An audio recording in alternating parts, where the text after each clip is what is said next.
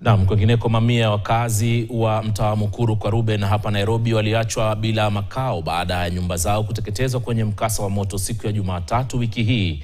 Wanaishi kwa dhiki na katika mazingira magumu. Anavyoripoti mwanahabari Catherine Imuraget, wakazi hao wanalilia serikali kuwasaidia kwani hata watoto wao wamekosa kwenda shuleni. Taswira kamili mtaa wa Mukuru kwa Ruben, Nairobi, baada ya moto kuzuka asubuhi ya Jumatatu na kuteketeza kila kitu. Mamia ya wakazi wakiachwa bila makao. Waathiriwa hawa wakisalia tu kukita kambi kwenye kijibaridi na jua kali na wanao. Mfano mama huyu akiwa na mwanae. Wakikadiria hasara ya mamilioni, wakazi hawa wameachwa hohehahe wasijue po kuanzia. Kila kitu ilichomeka, hizi ploti zote zilichomeka. Sasa kuanzia juzi sisi tunalala tu hapa. Tuko na watoto wenye wanafaa waende shule, uniform zao zilichomeka. Hata sasa hii wengine hatujui mahali wako. Hapa ndio tunalala, tunaomba usaidizi. Kitu kingine tunaomba serikali inastahili tusaidie na zimamoto kama ni moja ama mbili karibu na ile posti iko karibu na hapa kwetu.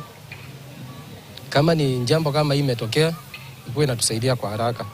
Juu ingekuwa hii nafasi ingekuja kwa haraka, hatungeathiriwa na mna hivi venye mnaona. Wengine wao wakiachwa na majeraha ya moto kwa siku 5 bila kupata hata huduma yoyote ya matibabu. Tunalala hapa nje kwa barabara, hatuna mahali pa kwenda.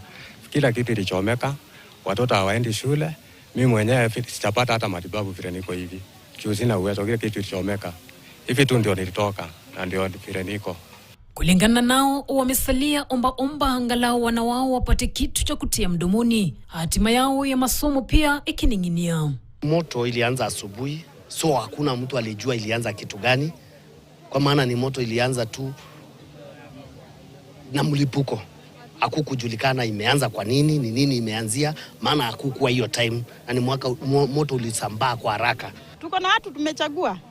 Tunamkanga saa 8 kwenda kuchagua watu. Tafadhalini, tukumbukeni sisi ni wamama. Matumaini walionayo kwa sasa ni kuona iwapo serikali itawasaidia angalau na mahala mbadala, kwani tangu Jumatatu wamekesha mahala hapa na wanao katika mazingira magumu. Catherine Imuraget, KTN News, Nairobi. Ni afueni kwa wandani wa naibu wa rais Rigathi Gachagua ambao